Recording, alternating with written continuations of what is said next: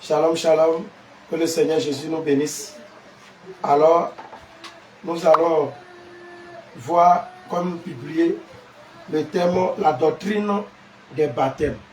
Alors, lorsqu'on entend parler de doctrine des baptêmes, on fait, puisque c'est au pluriel des baptêmes, donc on pense qu'il y a plusieurs baptêmes. Alors, nous allons voir dans l'Écriture, selon le livre d'Éphésiens, chapitre 4, verset 5. Il en existe combien de types de baptêmes? Allons-y. Éphésiens chapitre 4, verset 5. Il dit, il y a un seul Seigneur. Il y a un seul Seigneur. Une seule foi. Une seule foi. Et un seul baptême. Donc il existe un seul baptême. Alléluia. Amen. Il n'y a pas plusieurs baptêmes, il y a un seul baptême. Alors, c'est un seul baptême divisé en trois parties au moins. Alléluia. C'est un seul baptême selon le livre de Matthieu chapitre 3, le verset 11. Un seul baptême divisé en trois parties. Matthieu Alléluia. Allons-y. Matthieu chapitre 3, verset 11. Il est écrit, moi, je vous baptise d'eau. Je vous baptise d'eau pour vous amener à la repentance. Pour vous amener à la repentance. Mais celui qui vient après moi, est plus puissant que moi. Est plus puissant que moi. Et je ne suis pas digne de porter ses souliers. Lui, il vous baptisera du Saint-Esprit et de feu. Ok, donc il dit, moi je vous baptise d'eau.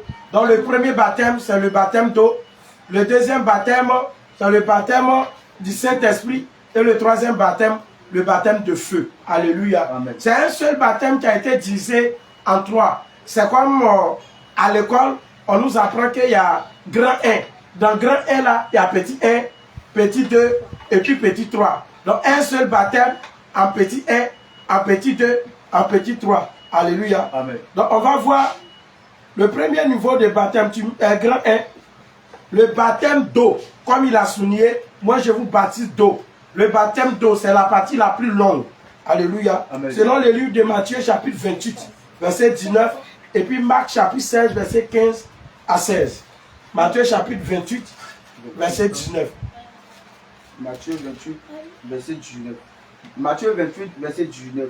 Il est écrit, allez, faites toutes les nations des disciples. Allez, faites de toutes les nations des disciples. Les disciples. Les baptisant au nom du Père. Les baptisant au nom du Père. Du Fils. Du Fils. Et du Saint-Esprit. Allons-y dans Marc. Marc chapitre 16, verset 15.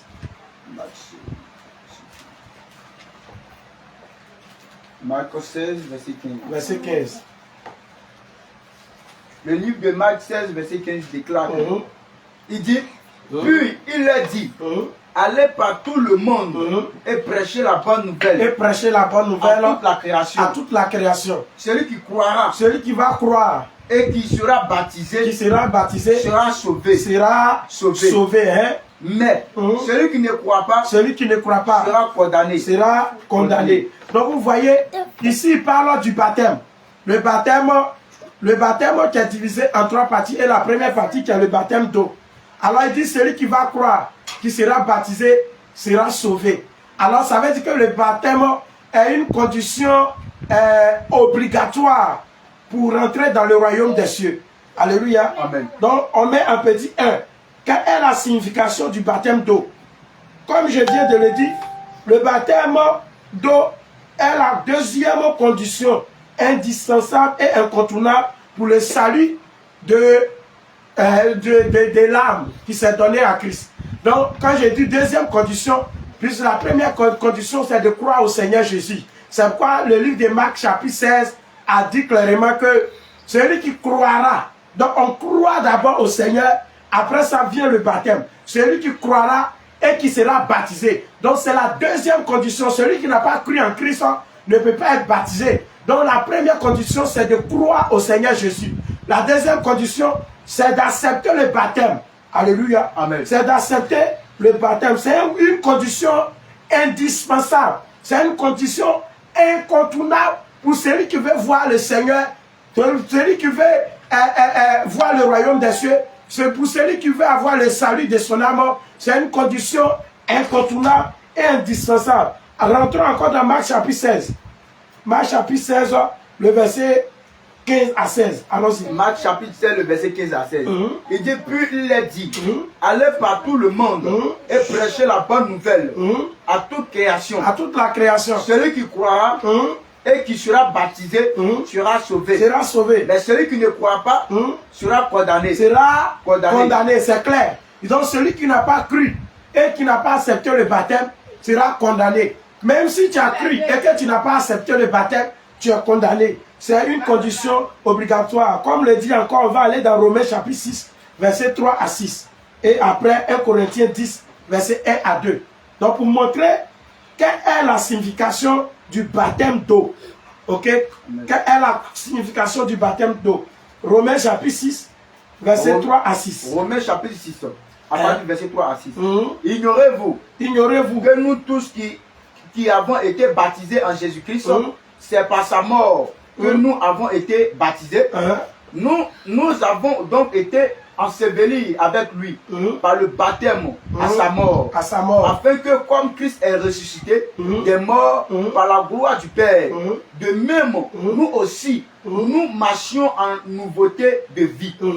Il dit encore, en effet, si nous sommes devenus une même plante avec lui par la conformité de sa mort, par la conformité à sa mort, nous le serons aussi par la conformité à sa résurrection. Sachant que notre vieil homme a été crucifié avec lui, afin que le corps du péché fût détruit, pour que nous ne soyons plus esclaves du péché. Alléluia. Allons-y dans le livre de 1 Corinthiens. 1 Corinthiens chapitre 10, le verset 1 à 2. 1 Corinthiens 10, le verset 1 à 2. Il dit, frère, je ne veux pas que vous ignoriez que nos pères ont été sous la nuée. C'est ça. Qui ont tous passé au travers de la mer. Il dit qu'ils ont été baptisés en Moïse. Dans la nuée, dans la mer. Alléluia, on va s'arrêter là.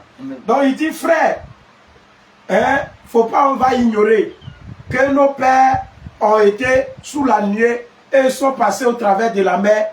Et au travers de la mer là, ils ont eu leur baptême à Moïse. Alléluia. Amen. Moïse les a baptisés. Cela veut dire, regarde bien, on est dans le livre de 1 Corinthiens chapitre 10. Mais ce livre de 1 Corinthiens chapitre 10 nous parle de l'Ancien Testament. Nous parlons de la sortie des enfants de Dieu de l'Égypte à Canaan. Cela veut encore véritablement dire que s'il veut entrer, s'il ne veut pas entrer dans la mer pour traverser, ceux qui ne sont pas encore, ceux qui ne sont pas baptisés et qui sont encore en Égypte.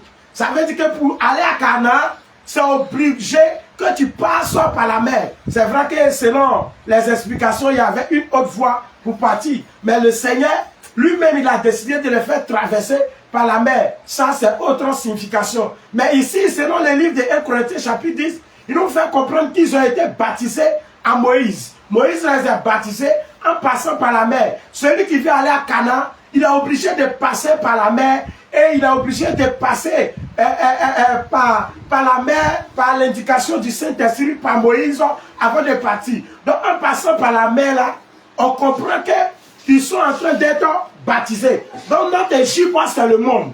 Et notre Canaan, c'est nous, dans notre temps, c'est le royaume des cieux. Donc en quittant l'Égypte, qui est le monde, pour aller à Canaan, qui est le royaume des cieux, on est obligé de passer par la mer qui constitue le baptême d'eau. Donc on est obligé de passer par le baptême d'eau. Tu ne veux pas traverser la mer, tu ne veux pas voir Canaan. Donc si tu ne veux pas passer par le baptême d'eau, tu ne peux pas voir le royaume des cieux. Si tu n'as pas encore été baptisé, il faut oublier ce qu'on appelle le paradis. C'est obligé de traverser la mer ou d'être baptisé dans la mer. C'est obligatoire avant de voir Canaan. C'est aussi pour nous. Si quelqu'un veut rentrer au paradis, il doit être baptisé d'eau obligatoirement. C'est obligatoire. Sinon, tu es encore dans le monde. Celui qui a l'âge de baptême, et ne s'est pas fait baptiser, la personne est encore dans le monde. Celui qui est baptisé et il est passé par la mer, il a été baptisé d'eau, c'est comme s'il est sur la voie de Canaan. Le baptême d'eau seulement ne suffit pas pour rentrer au ciel, mais c'est l'une des conditions obligatoires pour rentrer dans le royaume des cieux. Alléluia. Amen. C'est une condition obligatoire. Même si d'autres vont rester dans le désert, c'est vrai que Quand d'autres sont passés par la mer, sont restés dans le désert. Donc d'autres vont être baptisés, mais ils vont aller rester dans le désert. Ils ne vont pas arriver à Canaan. C'est sûr, puisque la parole de Dieu dit, beaucoup d'appelés, peu de lui. C'est sûr que beaucoup vont rester dans le désert, ils ne vont pas voir le royaume des cieux. Mais c'est obligatoire. Le baptême est obligatoire. Si tu n'es pas encore baptisé, c'est qu'il faut oublier le paradis. Tu n'as pas de paradis pour toi. Non, j'arrive. Non, j'attends un peu. Non, j'arrive. Non, j'arrive. J'attends un peu. Je ne suis pas encore prêt. Oui, tu peux faire ce que tu veux. Mais quand tu es en train de faire ce que tu veux là, sache que si le Seigneur vient, à cause du fait que peut-être tu n'as pas été baptisé, tu ne vas pas voir le royaume des cieux. Alléluia. Amen. D'autres vont dire, mais et le brigand à la croix? Alléluia. Amen. Et le brigand à la croix, est-ce qu'il a été baptisé? Mais Jésus lui a dit, aujourd'hui tu seras dans le royaume avec moi. Oui, le brigand à la croix, il n'a pas été baptisé, mais il a hérité du royaume des cieux. Mais dis-moi, la condition où le brigand à la croix était dedans, est-ce que cette condition-là, toi tu es dedans? Toi tu es dedans? La parole de Dieu déclare, maudit soit celui qui a été pendu au bois. Celui qui est pendu au bois. Donc c'est les plus maudits, les plus pécheurs, les péchés est ce qu'on peut appeler abomination. C'est ces personnes-là qui peuvent rentrer qui sont pendus au bois. Donc là, ils ne peuvent plus sortir. C'est comme s'ils sont condamnés, ils vont mourir. Est-ce qu'ils peuvent descendre? Ou bien Jésus peut lui dire, il faut descendre, tu vas aller te faire baptiser et puis tu vas remonter. C'est pas possible. Parce que Jésus lui-même, il est condamné. Quel pouvoir il a physiquement pour dire à quelqu'un, il faut descendre, tu vas aller te faire baptiser et puis ils vont te crucifier encore. C'est pas possible. Donc la condition du brigand à la croix n'est pas toi ta condition, mon frère. Toi, tu as accepté Jésus et tu vas à l'église et tu n'as pas été baptisé ou bien tu n'es pas baptisé, tu n'es pas la même chose comme le brigand à la croix. Je vais prendre le brigand à la croix, un exemple de quelqu'un qui a été cogné par une voiture et il est en train d'être agonisé. Il va mourir. Et là, un homme de Dieu arrive, il lui dit, tu veux accepter Jésus? Tu veux accepter Jésus? Et puis il dit oui, il le fait répéter et il croit au Seigneur Jésus, il accepte.